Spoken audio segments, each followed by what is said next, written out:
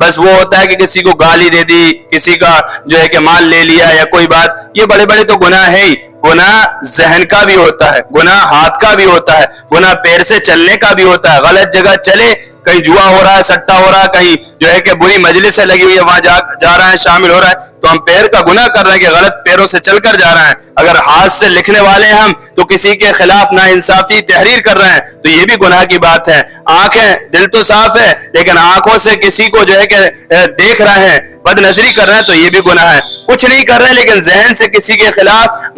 غلط سلط پروپیگنڈا بنا رہے ہیں, غلط سلط ذہنیت رکھ رہے ہیں, غلط سلط سوچ رہے ہیں, اس کے لیے پلانے کے بنا رہے ہیں, یہ بھی گناہ کی بات ہے. ان تمام چیزوں سے میری ماں و بہنوں ہم سب مل کر پاک کریں. جیسا کہ بتاتے ہیں اور عنوان بھی یہ لگایا جاتا ہے کہ ہمارا یہ جو مقصد ہے قرآن کریم کا وہ اتنا ہی مقصد ہے کہ ہم سب مل کر, میں نہیں کہ میں بول لیا تو ہم بھائی اصلاح ہو گئی, ہم اکیلے کچھ نہیں کر سکتے, کوئی انسان اکیلا کچھ نہیں کر سکتا. ہم سب کو مل کر اپنے اپنے طور پر اللہ اور اس کے رسول پر ایمان رکھنے کے ساتھ معاشرے کی فکر کرنا ہے, معاشرے کو سدھارنے کی فکر کرنا ہے. یہی قرآن کریم کا اس درس کا مقصد ہے کہ ہم گناہوں سے بچ جائیں اور اللہ اور اس کے رسول صلی اللہ علیہ وسلم کی رضا تک ہم پہنچ جائیں. اللہ سے دعا ہے کہ اللہ تبارک و تعالی ہم سب کو دین اسلام پر استقامت کے ساتھ چلنے کی توفیق عطا فرمائے اور ایمان پر عافیت کے ساتھ اللہ استقامت فرمائے اور اچھے اعمال کرنے کی اللہ میں توفیق عطا فرمائے. وآخر دعوانا ان الحمد للہ رب العالمین.